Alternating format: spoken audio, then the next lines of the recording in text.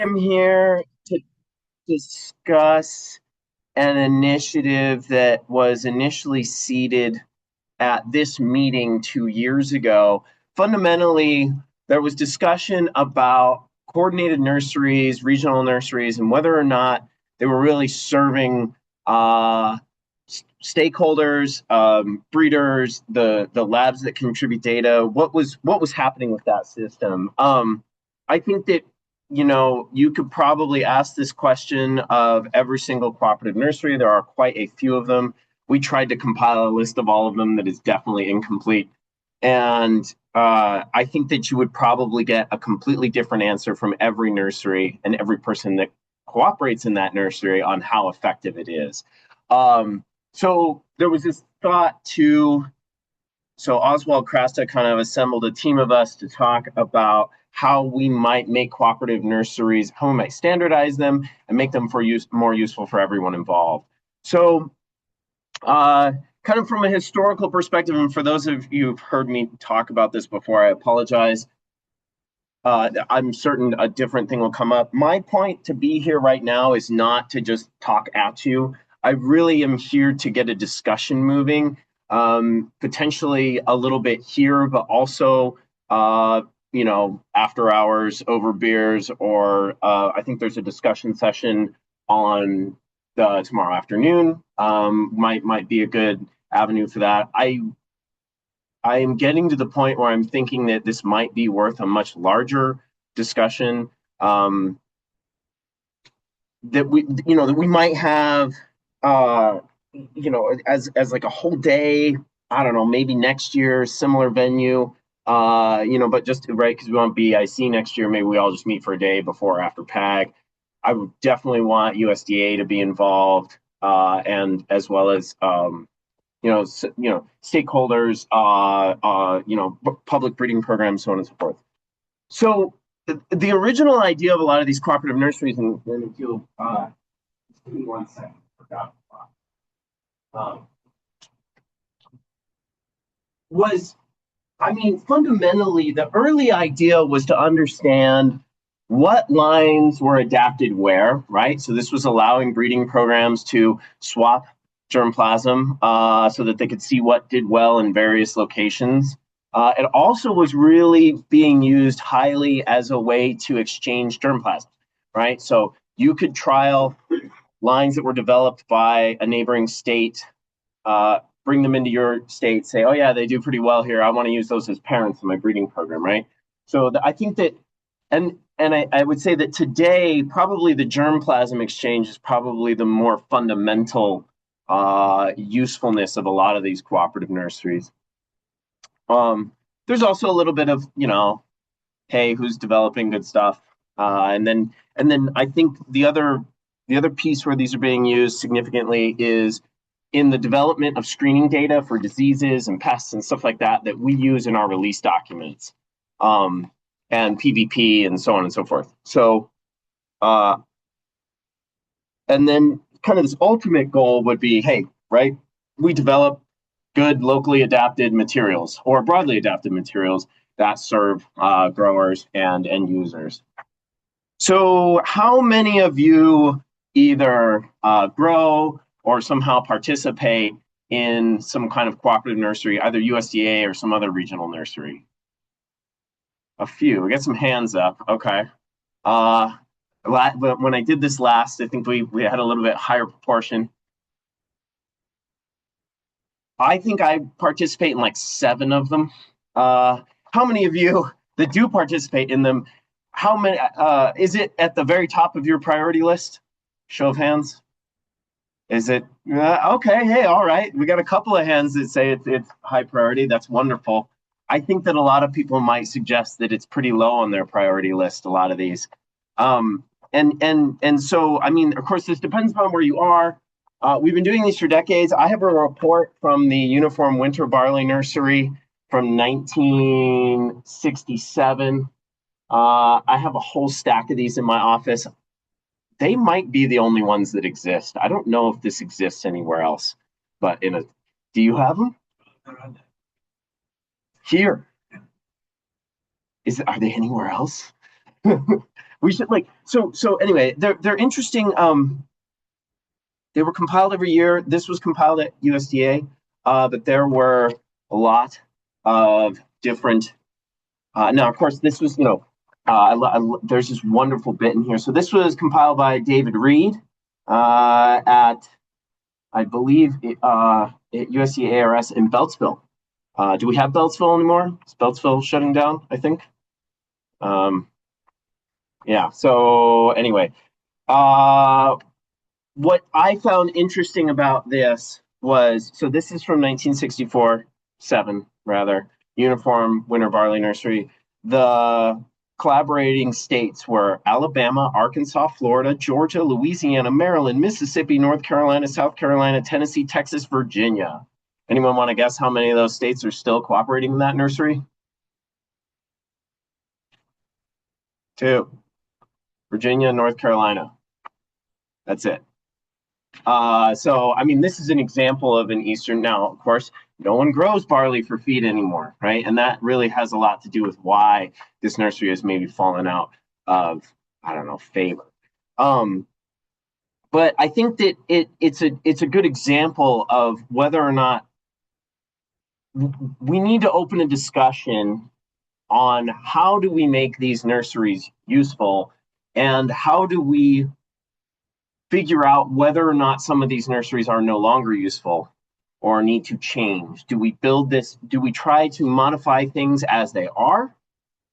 Do we scratch a lot of these nurseries and say, let's start from the ground up, build something new? And because really, I think that, have we fallen asleep at the wheel? Fundamentally, this report obviously was in a day where someone had to, 67, I think computing was still probably done with cards at that point, right? So, you think about the amount of time and effort it would have taken to collect that data, get it into some kind of a format where it could be analyzed on a computer to produce all of the tables in this thing, and it has a lot. And then turn around and get the whole thing typed up by what I assume is a thanks to the able assistance of Miss Ida Tenenbaum in the preparation of this report. Right? Someone actually typed this thing up after it was largely handwritten somewhere. So, but this came out. This was published in December of that year. Okay. Now I can analyze all that data and have this report written within a day or hours after harvesting that trial. And yet we're still not doing that. And these reports are sometimes not coming out until January, February, March. So I think it's possible we've kind of fallen asleep at the wheel in terms of we have the capacity, right? My combine is collecting this data in real time. Why does it take us 6 months to get that to breeders? Well, for a winter crop, December is too late. I can't use this data anymore, right? And so what we want to do is we want to figure out how to make these nurseries useful. How do we make the data timely, relevant, accurate? How do we make reports available? I will show you how I find my reports. I look them up in my email and try to find the latest version that got sent to me at one day or another. And so if I'm looking for a uniform nursery, I normally have to look through, many, many emails to find whatever that thing is that I missed 2 days ago because I was doing something else, right? So there's no functional place. Now I do have a link here. I did find some of them. I'm not going to go into that. I'd be happy to kind of share this with some people. Some of these are available in places if you look very hard. Some of them are hosted on certain USDA websites, others not. But there is no standardized place for all of these cooperative nurseries, which is a problem. Kind of getting at the same thing I was talking about. This is a wheat nursery, the Uniform Eastern. In 2020, there were 21 locations, and by 2023, only 11 locations reported.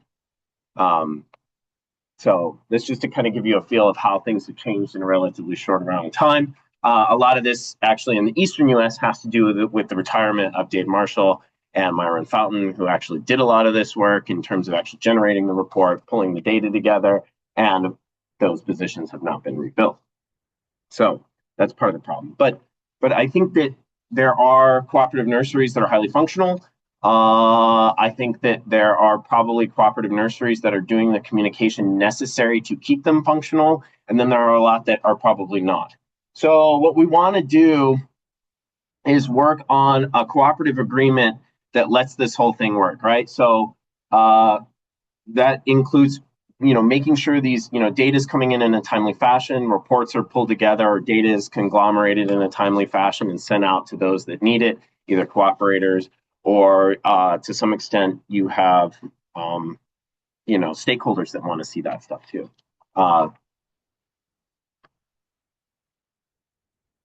We want to make sure that these things are relevant. I'll talk a little bit about that. And obviously accurate. There's been a lot of discussion about how field layouts work and so on and so forth. There's been a lot of retirements lately, and I think that one of the goals of this process is also to produce kind of a set of guidelines for new people coming in. When you have a lot of rapid turnover, it's really easy for institutional knowledge to get lost. And then you have someone that's, growing trials and you're getting this yield data and you go, this yield data just doesn't make any sense. What's going on? And you go and you talk to the person and say, oh yeah, well, we just found that those yield plots are really difficult to do. So we've just been planting them in single rows. And we just harvest I don't think this actually happened, okay? But but the point is that you could have these things happen where someone doesn't understand why a certain thing was done in a certain way, changes it for ease or some other reason, and then that data is no longer useful because it's not really measuring what it is purported to measure, right? So we just wanted to get a set of guidelines to help with that. I think it's possible we can make this work, but we may have to change some of these significantly. So one of the things we did, this committee got together and we created a kind of an overarching agreement. It's relatively short. We still need to find a way to get this out to everyone. I said this like 2 months ago and I still haven't done it. So one of these days, we did send out to coordinators. So most of the USDA coordinators have seen this. Some of the other coordinators have seen this. I don't know that all cooperators have seen this, but this document, and I'm terrified to bring this up because it's probably going to break this thing. Can you guys see that? No, of course not. What if can I cheat? Aha, there we go. So kind of, what this goal was is to have these kind of hierarching guidelines. Come on.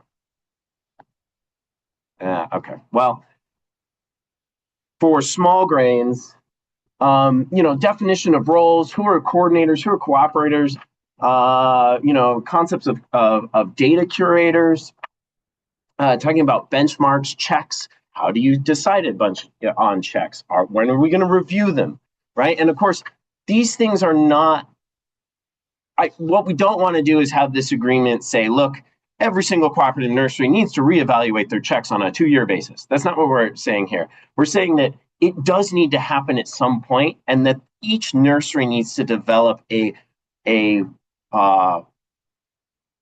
agreement that is specific to each cooperative nursery that addresses some of these issues, right? What checks are we going to use? When are we going to change those? Which ones do we change? Which ones do we keep? How do we make sure that, oh gosh, did I do that? I don't know what's going on there. Do we have quality checks?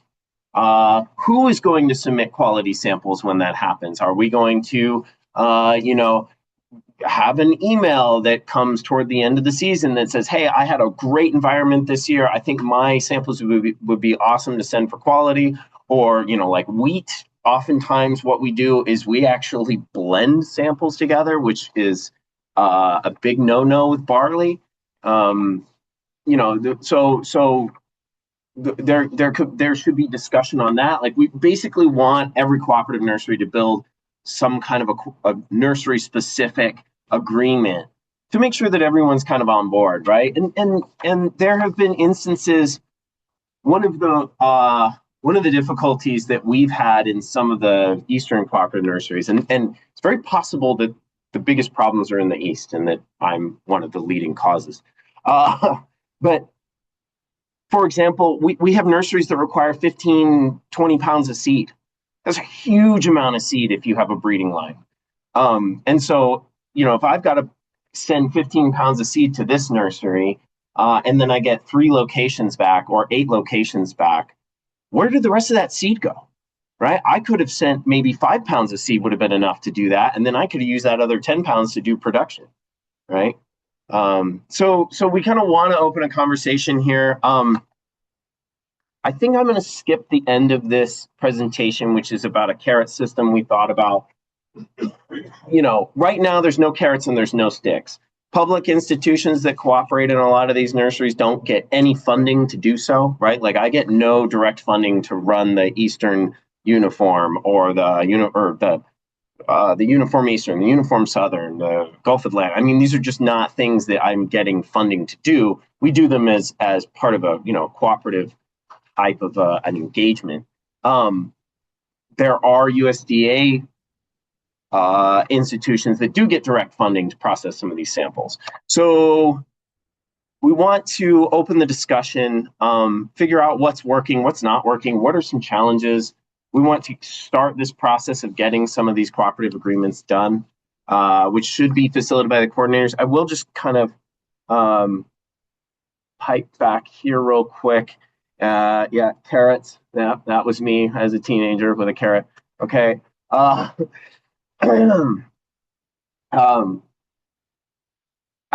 like this concept because I think that there's a lot of responsibility in these systems.